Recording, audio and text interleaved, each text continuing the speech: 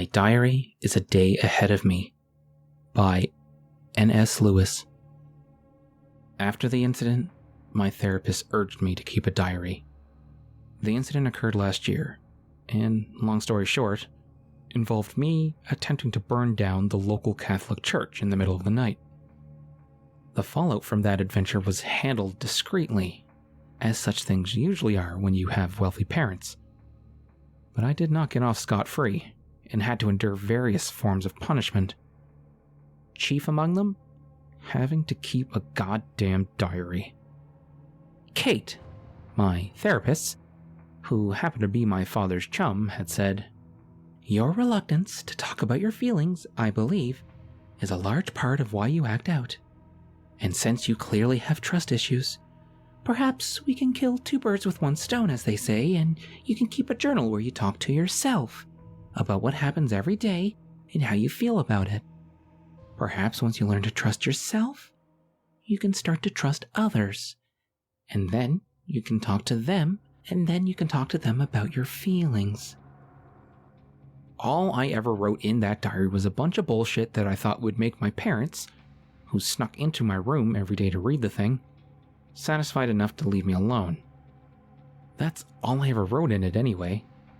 Until the day I met Red, when I recorded that experience with breathless awe, with complete earnestness, and then hid the journal away where nobody could find it. Before I share that first entry, I want to be absolutely clear that I wrote this account after I experienced the events it discusses. I clearly remember sitting in my bed, opening the drawer of my nightstand, withdrawing a pen and the diary, and writing the following. Sunday, October 18th, 2020. Dear Diary, holy shit! Red. Where did he come from? Where has he been hiding my entire life? It doesn't matter. I found him, standing there in Heritage Park in the most ridiculous outfit. Now that I think about it, he didn't have a scrap of red on him anywhere. Every other color, though. A patchwork of all the other colors of the rainbow and many more besides, stitched together as by the world's most deranged grandmother. And his hair, long and thick and black, but no red. "My name's Red," he said, as I was walking past him, on my way to the coffee shop. I hadn't paid him any mind yet, and at the time he seemed like just another desperate performer, same as anyone. "What's your name, sweetheart?" Fuck off, I said. Fuck off? That sounds Russian. Are you Russian, young lady? I stopped walking and turned to face him. He had deep blue eyes. "Nope," I said. "I'm American, through and through." But you were Russian, weren't you? Off to the coffee shop, perhaps? I suppose that's rather an American thing to do. Always rushing around. It's all perfectly consistent. It all makes perfect sense. I looked to the ground, where Red had placed a top hat upside down, which had $3 or $4 bills inside of it, along with some loose change. "Alright, so what's your deal then? You just stand here and do dad jokes?" No, that's just how I draw them in. A little buffoonish humor. "So what do you do?"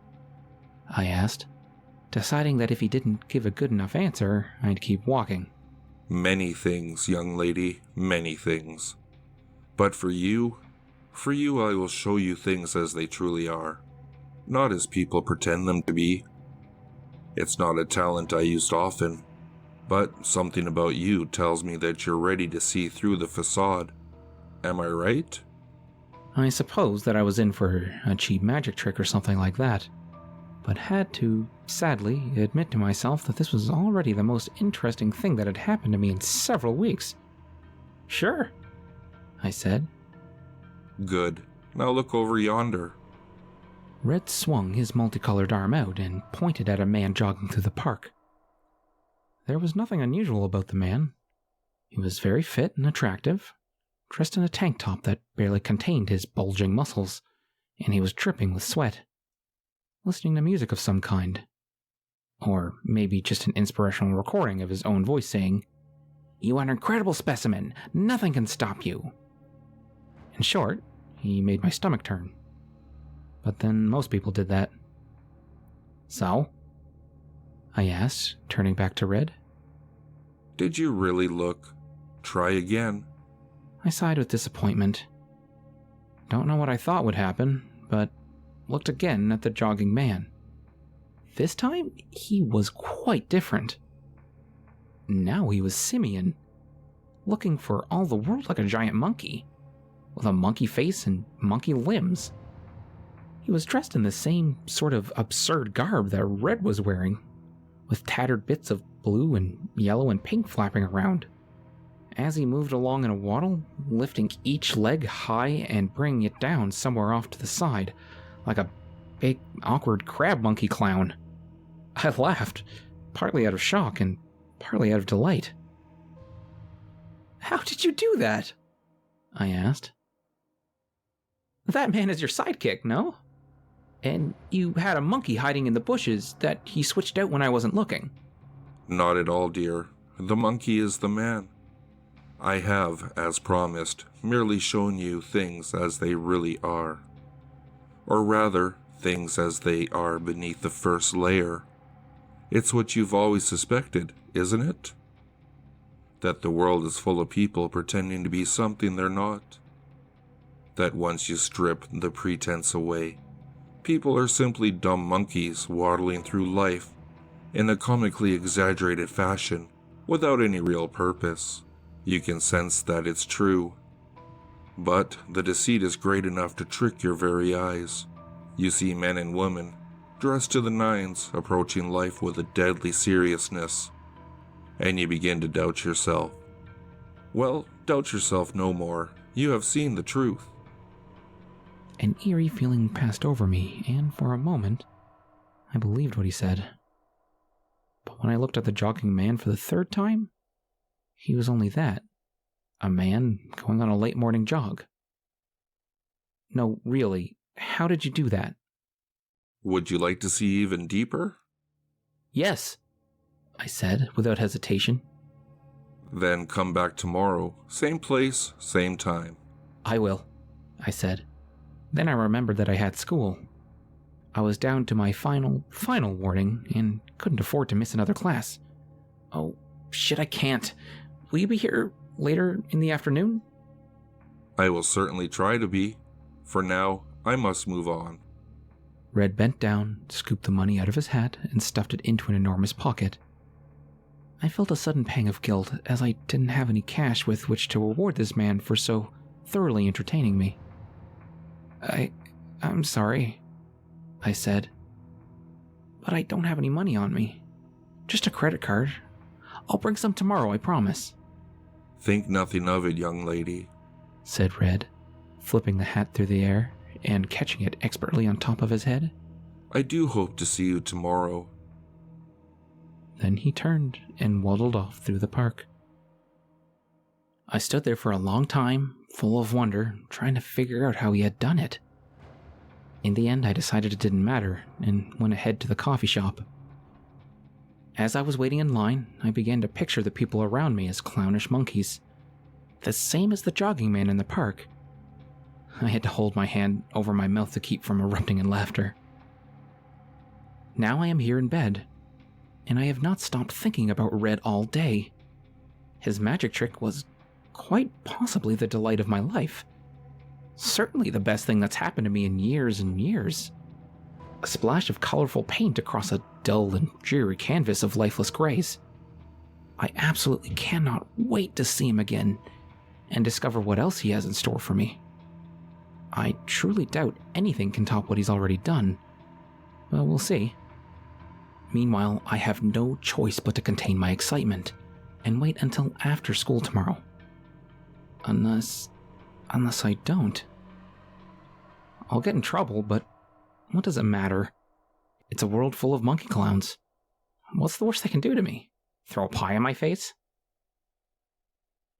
And so I concluded my first real diary entry, hiding it inside of an old stuffed bear I found in the back of my closet.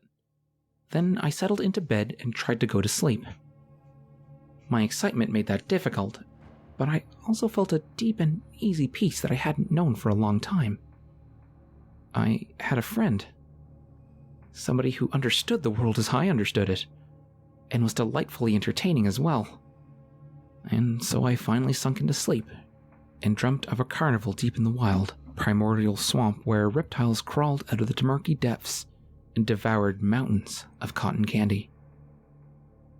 The next morning, I woke up full of energy, having resolved to ditch class and meet Red at the park. I did not want to miss him, and whatever wonderful trick he had in mind to show me. Predictably, my phone started to buzz a few minutes after I was off school grounds, so I switched it off and shoved it in my purse. Then I walked to the park, feeling light and free despite the certain punishment I would face at the end of the day. Red was standing in the same place as before, but when I approached him, I saw that he was sad. Now at least he had some red to him, though it was where his eyes should have been white. He had obviously been crying. "What's wrong?" I asked when I was close enough. "Oh, sweetheart, I did not expect to see you at this hour," he said, sniffling and wiping his nose with his colorful sleeve. "Catherine," I said. "My name is Catherine. Why are you crying?" "Catherine, a wonderful name. Forgive me, my dear. I was only lamenting the fact that I've been robbed. Every hard-earned penny gone. It wasn't much, but I came by it honestly. Or maybe I didn't. I forget. It doesn't matter one bit, though, now that you're here." I'd come prepared with 2 $100 bills, pilfered from my father's wallet. He wouldn't miss them. I dropped one into Red's hat. "This was for yesterday, and I've got another one for today. Assuming you have a new trick for me." "You're too kind, Catherine, too kind. I'll have to conjure up a good one. But I'll remind you, they're not tricks. Not tricks at all. I would never trick you, Catherine. The others? Yes, of course. I will dazzle them by pulling a rabbit out of nowhere, or making a ball jump unseen from cup to cup. Cheap illusions. But for you, only the truth. Only things as they really are. 1 minute now? Hold on. Okay, here comes our jogger. Same one from yesterday. Are you ready?" "Yes." "Then look." I turned my head, expecting to be delighted again. But what I saw shocked me with its grotesquerie. The jogging man now appeared not as a comical monkey, but as someone long dead, with rotten flesh sloughing away from the bone and feasted upon by swarms of squirming worms. This alone was enough to make me retch, but what sent my mind spinning to the edge of madness was the way the thing moved. It wasn't as in the movies, when the dead came back to life and lumber around awkwardly, with crude control over their bodies, but at least some control. And that certainly would have been terrifying enough. But the uncanny corpse that I saw now appeared to be moved by several pairs of invisible hands. One set lifting a limp leg in the air here, another giving a shove from behind there, a third holding the body up from under the arms in order to prevent the entire show from collapsing. The effect was of something truly and finally dead, and not somehow reanimated, moving around in the world of the living. "Catherine?" asked Red. "What's wrong? Are you not delighted?" I snapped around with a rush of anger crashing around a sense of implacable dread. "It's awful," I said. Red frowned. "My darling, you're going to make me cry again. I thought we shared an affinity for the truth." "That's not the truth," I spat, pointing behind me, but unwilling to look in that direction again. "But it is. At a more fundamental level, these people you see all around you are nothing but worm food. Temporarily controlled by unseen forces, being moved witlessly from point A to point B until they grow too heavy and bloated to be moved around any longer, and the showrunners find fresher meat I thought you would like to see this. Fuck off, I said, and I crumpled up the other $100 bill and threw it in his face. Then I walked away, keeping my eyes on the ground and trying not to break down. In my mind, I could still picture the dead jogger being forced to jog along as he decomposed into pure rot. At one point, I looked up to see Red bend down and pick up the wad of money. Fucking fraud, I muttered, and went to bring my vision back down to my shoes, but along the way, I caught sight of another dead person. This one looked to be a woman, her clothes stained black and brown with her own fluids, jerking forward down a path in unnatural, floppy fits and starts. Then the stench hit me, and I surveyed the park head-on and saw that it was filled with the dead going about their mindless business, dozens of them. Heads bouncing on limp necks from side to side or front to back as they were shoved by invisible hands. I ran home as though myself being poked by some unseen prod, and when I swung the door open, I was greeted by my mother, though mercifully she did not appear dead. "Kate," she began, and a voice hung between anger and relief. I wrapped my arms around her and started to sob. "I'm so sorry," I wailed, "about the way I've acted, the way I've been, about everything." "Shh," said my mom. "Everything's going to be okay. Mommy's here. Mommy's here for you." After a long session with my mom, in which I kept details sparse, I headed up to my room. I was going to spill my guts out to my diary, not just about the awful things that Red had shown me, but about all sorts of things that I now realized were true about myself. In the course of a few hours, I had suddenly shed years' worth of carefully constructed defense mechanisms. I went to the closet, felt around till I found my old teddy bear, and pulled the diary out.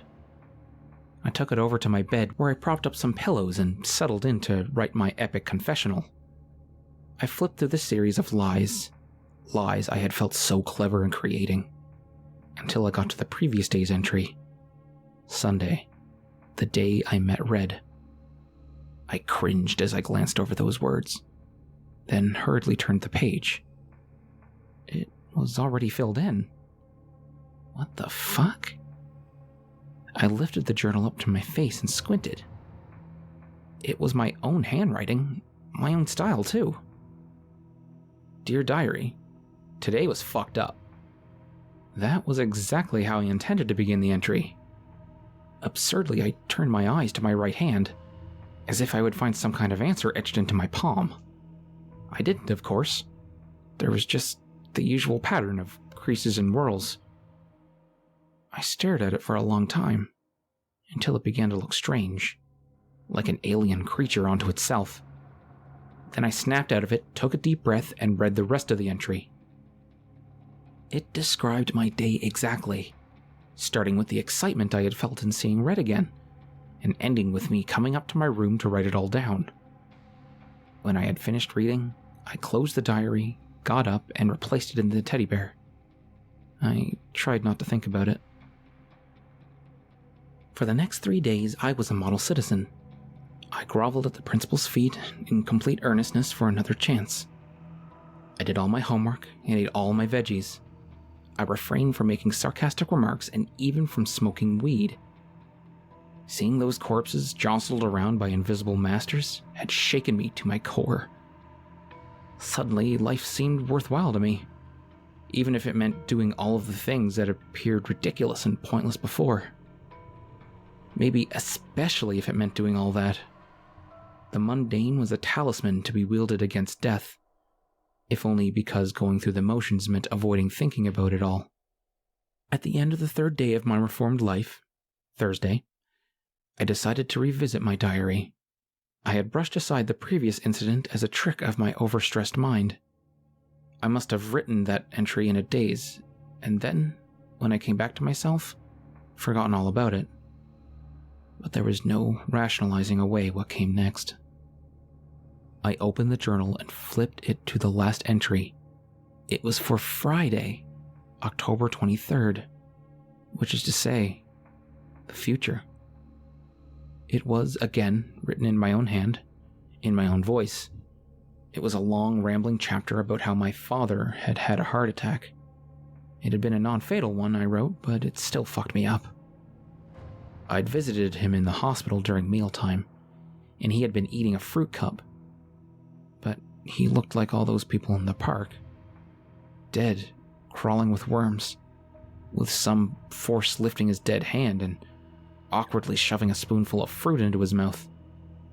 The food fell out directly and slid down his chin in a river of various fluids that had poured out of him.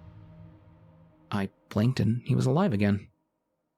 I had written at length about how I didn't want my dad to die and how I didn't want anybody to die, and how scared I was.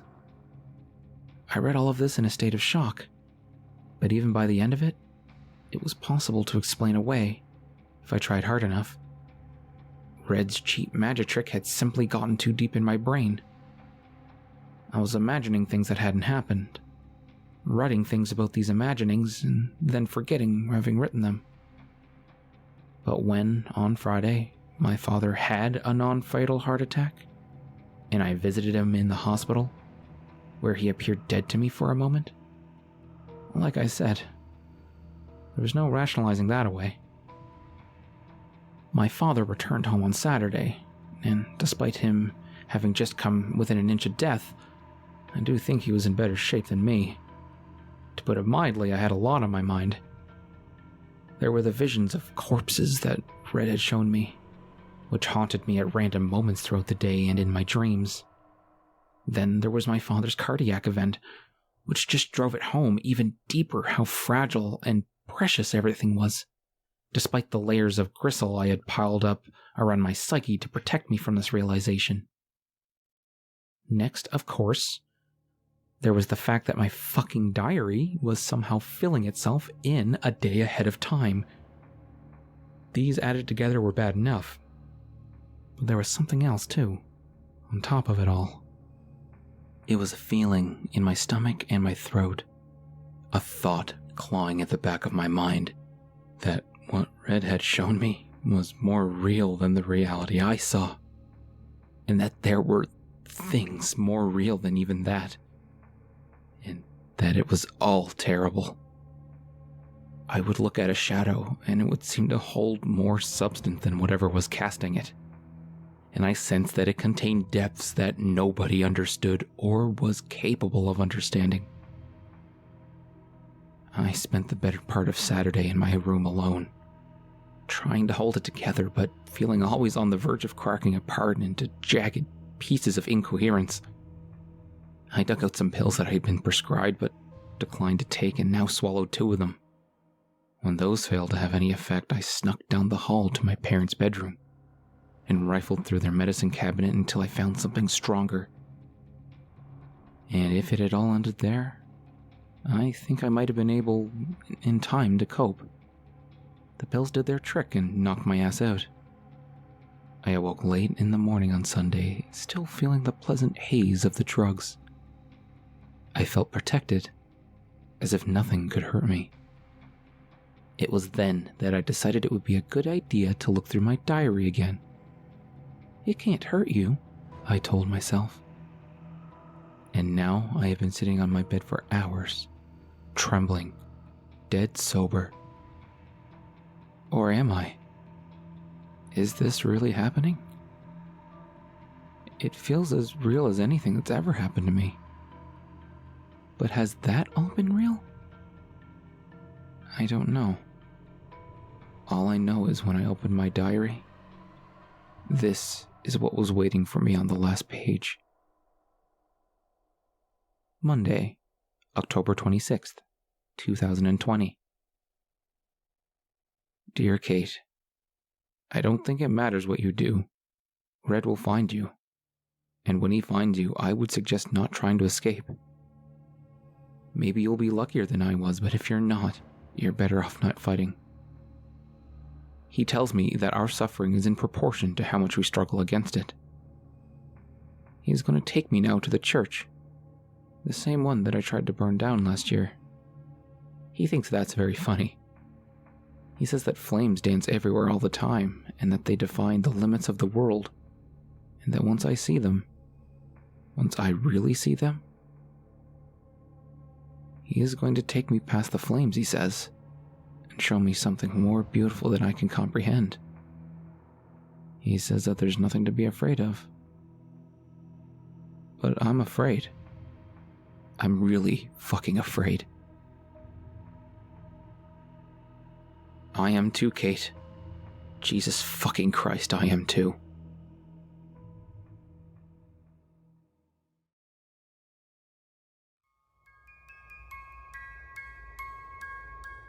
Thank you very much, Just Plain Creepy, for joining me in this video. You did a great job voicing Red. You made him sound both creepy and whimsical. Just Plain Creepy is a horror narrator who posts multiple stories back to back, and his stuff is great. His link is down in the description, check him out.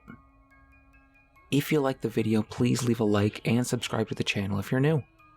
Ring the bell to know when future videos are coming.